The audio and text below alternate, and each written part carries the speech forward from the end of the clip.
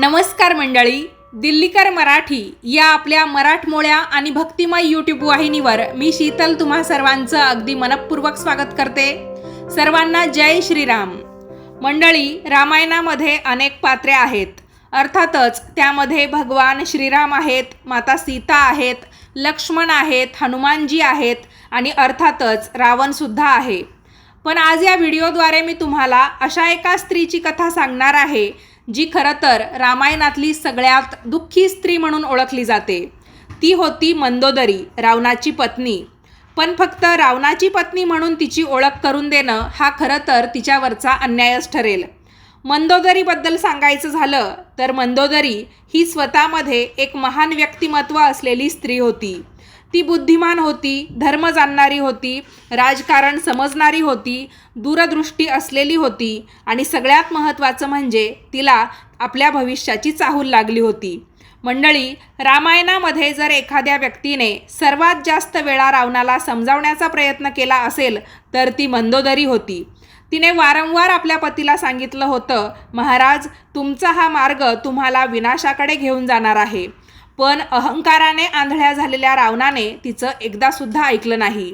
आज आपण मंदोदरीच्या आयुष्याची अशी कथा जाणून घेणार आहोत जी कदाचित तुम्ही याआधी कधीच ऐकली नसेल। मंडळी, मंदोदरीचा जन्म सामान्य कुटुंबात झाला नव्हता। पुराणांनुसार ती महान वास्तुशास्त्रज्ञ, मायावी शक्तींचा अधिपती असलेल्या मयासुराची कन्या होती आणि तिची आई हेमा ही अप्सरा होती। लहानपणापासून मंदोदरी अत्यंत बुद्धिमान होती। ती फक्त सुंदरच नव्हती तर ज्ञान आणि विवेक यांचं सुंदर मिश्रणसुद्धा होती।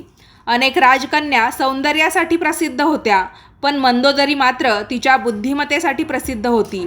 म्हणूनच अनेक राजे तिच्याशी विवाह करण्यास उत्सुक होते, पण नियतीने तिच्यासाठी वेगळाच मार्ग निवडला होता। मंडळी, एकदा रावण आपल्या विजय मोहिमेवर निघाला होता। अनेक राज्ये जिंकत तो पुढे जात होता। त्याचवेळी त्याची भेट मयासुराशी झाली। तेथे त्याने प्रथम मंदोदरीला पाहिले। मंदोदरीचे सौंदर्य पाहून रावण प्रभावित झाला, पण फक्त सौंदर्यच नव्हे तर तिची बुद्धिमत्ता आणि व्यक्तिमत्वसुद्धा त्याला आवडलं। मयासुराला वाटलं की जगातील सर्वात सामर्थ्यवान राजा म्हणजे रावण, त्यामुळे मंदोदरीचा विवाह रावणाशी झाला आणि ती सुवर्ण लंकेची राणी बनली। मंडळी, आपण अनेकदा सोन्याची लंका म्हणून ऐकतो, पण कल्पना करा, जगातील सर्वात श्रीमंत राज्य, सोन्याचे महाल, असंख्य संपत्ती, अपरंपार वैभव आणि त्या राज्याची राणी होती मंदोदरी। तिच्याकडे सर्व काही होतं, सत्ता होती, संपत्ती होती, प्रतिष्ठा होती, पण एक गोष्ट नव्हती, ती म्हणजे मनःशांती। कारण ती रावणाला खूप जवळून ओळखत होती। तिला माहिती होतं, रावण जितका महान आहे तितकाच त्याचा अहंकार हा धोकादायक आहे आणि हाच अहंकार एक दिवस त्याचं सर्व काही नष्ट करेल। पत्नी म्हणून मंदोदरीनं रावणाला सर्वात जवळून पाहिलं होतं। तिला माहिती होतं की रावण अत्यंत विद्वान आहे, पण तिला हे सुद्धा माहिती होतं की त्याच्या सर्व गुणांवर एक दोष भारी पडतो, तो म्हणजे त्याचा अहंकार। रावणाला वाटायचं जगात त्याच्यापेक्षा शक्तिशाली कोणी नाही आणि ज्या दिवशी माणूस स्वतःला सर्वश्रेष्ठ समजू लागतो त्या दिवशी त्याच्या पतनाची सुरुवात होत असते। मंदोदरीला याची जाणीव होती, पण ती काहीच करू शकत नव्हती। आणि मग तो दिवस आला ज्याने संपूर्ण रामायणाचा इतिहासच बदलला। रावणाने माता सीतेचे अपहरण केले। जेव्हा ही बातमी मंदोदरीपर्यंत पोहोचली तेव्हा ती हादरली, कारण ती सामान्य स्त्री नव्हती। तिला लगेच समजलं की हा निर्णय लंकेसाठी विनाश घेऊन येणार आहे। ती ताबडतोब रावणाकडे गेली आणि त्याला म्हणाली, तुम्ही अत्यंत मोठी चूक केली आहे। माता सीता या काही सामान्य स्त्री नाहीत, त्यांना सन्मानाने परत पाठवा, श्रीरामांशी वैर करू नका। पण रावणानं तिचं ऐकलं का? नाही। आणि इथूनच सुरू झाली सुवर्ण लंकेच्या विनाशाची कथा। मंडळी, आपण आतापर्यंत पाहिलं की रावणाच्या विनाशाची सुरुवात कशी झाली होती। आता पुढे आपण पाहूया की या कथेमध्ये काय घडतंय। मंडळी, कधीकधी माणूस इतका अहंकारी होऊन जातो की त्याला सत्य दिसत असूनसुद्धा त्याला ते स्वीकारायचंच नसतं, त्याला फक्त पुढे पुढे जायचं असतं। रावणाच्या बाबतीत सुद्धा हेच घडलं आणि आता सुवर्ण लंकेवर संकटाची सावली पडू लागली होती। सीता माता अशोकवनात होत्या, दिवस जात होते, पण श्रीराम शांत बसणार नव्हते। मंदोदरीला हे चित्र अगदी स्पष्ट दिसत होतं। एके दिवशी तिने पुन्हा रावणाशी चर्चा केली। ती म्हणाली, स्वामी, अजूनही वेळ गेलेली नाही. माता सीतेला सन्मानाने परत पाठवा. ज्यांच्यासाठी वानर, अस्वल आणि संपूर्ण निसर्ग उभा राहत आहे, तर ते सामान्य मानव असूच शकत नाहीत. पण रावण हसला. त्याला वाटत होते, एका वनवासी राजपुत्राने आपले काय बिघडवायचे. याच क्षणी मंदोदरीच्या मनात भीती निर्माण झाली, कारण तिला समजले होते रावण आता सत्य ऐकण्याच्या अवस्थेत राहिला नाही. रामायणातील सर्वात महत्त्वाच्या घटनांपैकी एक घटना म्हणजे हनुमानजींचं लंकेत आगमन झालं ती घटना. हनुमानजी समुद्र ओलांडून लंकेत पोहोचले. त्यांनी अशोक वाटिकेमध्ये माता सीतेला पाहिले. त्यांना ते भेटले आणि नंतर संपूर्ण लंकेमध्ये त्यांनी धुमाकूळ घातला. अनेक योद्ध्यांचा पराभव केला आणि शेवटी लंका जळू लागली. कल्पना करा, ज्या लंकेचा अभिमान रावणाला होता, तीच लंका एका वानराने जाळली. ही बातमी ऐकून मंदोदरी हादरली. ती म्हणाली, एक दूत एवढे करू शकतो तर त्याचा स्वामी किती सामर्थ्यवान असेल, हा प्रश्न सतत तिला सतावत होता. पण तिच्या या काळजी करण्याचा काहीच उपयोग नव्हता. हनुमानजी निघून गेल्यानंतर लंकेतील वातावरण बदलले. लोकांच्या मनात भीती निर्माण झाली. प्रजेला वाटू लागले की काहीतरी भयंकर होणार आहे. पण रावण अजूनही आपल्या अहंकारातच होता. दरबारात काही मंत्री त्याची स्तुती करत होते. ते म्हणत होते, महाराज, आपण अजेय आहात. आपल्याला कुणीही हरवू शकत नाही. मंडळी, जी व्यक्ती फक्त स्तुती ऐकते आणि सत्य ऐकणाऱ्यांना दूर करते, तिचा विनाश हा जवळ आलेला असतो. मंदोदरी हे सर्व काही पाहत होती, पण तिचा आवाज कुणीच ऐकत नव्हतं. आणि मग तो दिवस आला जेव्हा विभीषणाने रावणाला शेवटचा सल्ला दिला. विभीषण म्हणाला, भाऊ, सीतामातेला परत करा. श्रीरामांशी युद्ध अजिबात करू नका. मंडळी, हे शब्द मंदोदरीसुद्धा अनेक दिवसांपासून बोलत होती. पण रावणाला सत्य नको होतं. त्याला फक्त स्वतःचं मत योग्य वाटत होतं आणि रागाच्या भरात त्याने विभीषणाला लंकेतून हाकलून दिलं. त्या रात्री मंदोदरी खूप अस्वस्थ होती, कारण आता तिला खात्री झाली होती की लंकेचा विनाश कुणीही थांबवू शकणार नाही. शेवटी युद्ध सुरू झालं. समुद्रावर सेतू बांधला गेला. वानरसेना लंकेत पोहोचली आणि युद्ध सुरू झालं. मंडळी, युद्धभूमीवर तलवारींचा आवाज होता, बाणांचा वर्षाव होत होता. पण राजमहालात बसलेल्या मंदोदरीच्या मनात एक विचार सुरू होता. हे सगळं काही थांबू शकलं असतं जर रावणाने योग्य वेळी योग्य निर्णय घेतला असता तर. आता कुंभकर्णाचा मृत्यू कसा झाला ते सुद्धा आपण ऐकूया. मंडळी, कुंभकर्ण हा रावणाचा भाऊ, अत्यंत बलवान योद्धा, पण अतिशय आळशी. एकदा झोपला की लवकर उठायचाच नाही, इतका आळशी. तो युद्धात उतरला.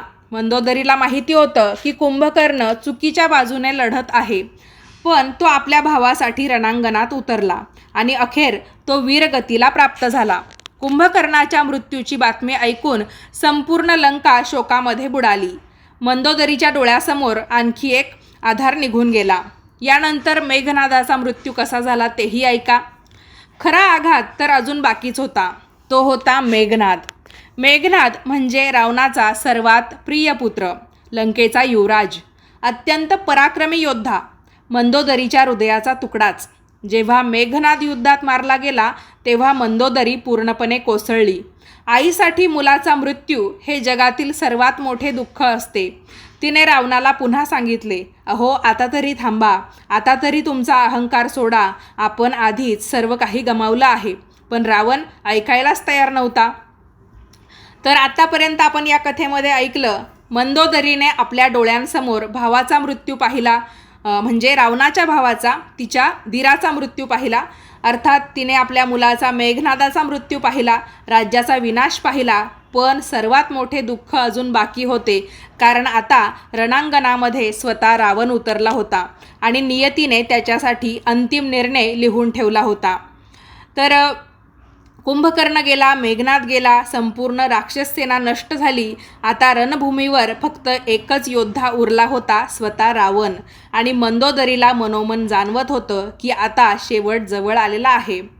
राम आणि रावण यांच्यातील अंतिम युद्ध सुरू झालं. हे फक्त दोन योद्ध्यांमधील युद्ध नव्हतं, तर हे धर्म आणि अधर्म यांच्यातलं युद्ध होतं. एका बाजूला प्रभू रामचंद्र होते, दुसऱ्या बाजूला रावण होता, ज्याला लंकापती म्हणून ओळखलं जायचं. आकाशामध्ये देवता हे युद्ध पाहत होत्या. संपूर्ण पृथ्वी ही थरथरत होती. युद्ध इतकं भयंकर होतं की संपूर्ण सृष्टी जणू स्तब्ध झाली होती. रावण पूर्ण शक्तीने लढत होता, कारण त्याला माहिती होतं आता परतण्याचा मार्ग आपल्याजवळ उरलेला नाही. आणि अखेर तो क्षण आला. प्रभू रामचंद्रांनी ब्रह्मास्त्र सोडलं. बाण विजेसारखा वेगाने गेला आणि रावण भूमीवर कोसळला.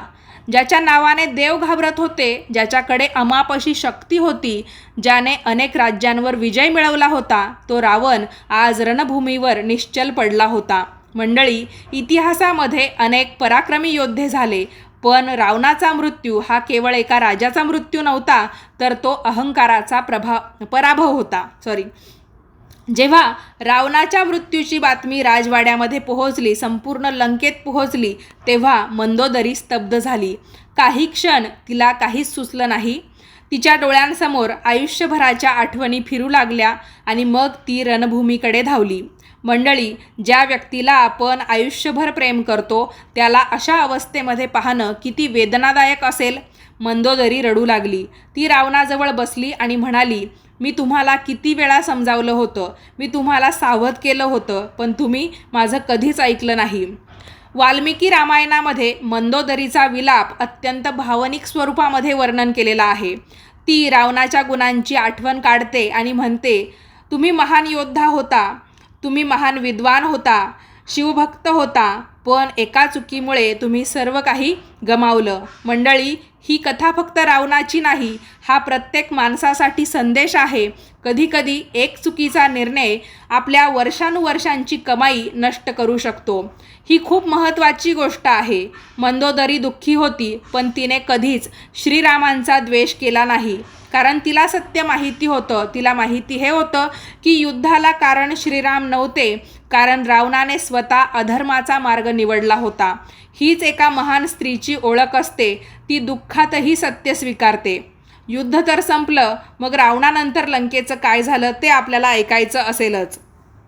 तर श्रीरामांनी बिभीषणाला लंकेचा राजा रावणाच्या मृत्यूनंतर घोषित केलं, कारण बिभीषण धर्माच्या बाजूने उभा राहिला होता. पण आता एक मोठा प्रश्न होता, लंकेच्या राणीचं काय, मंदोदरीचं काय?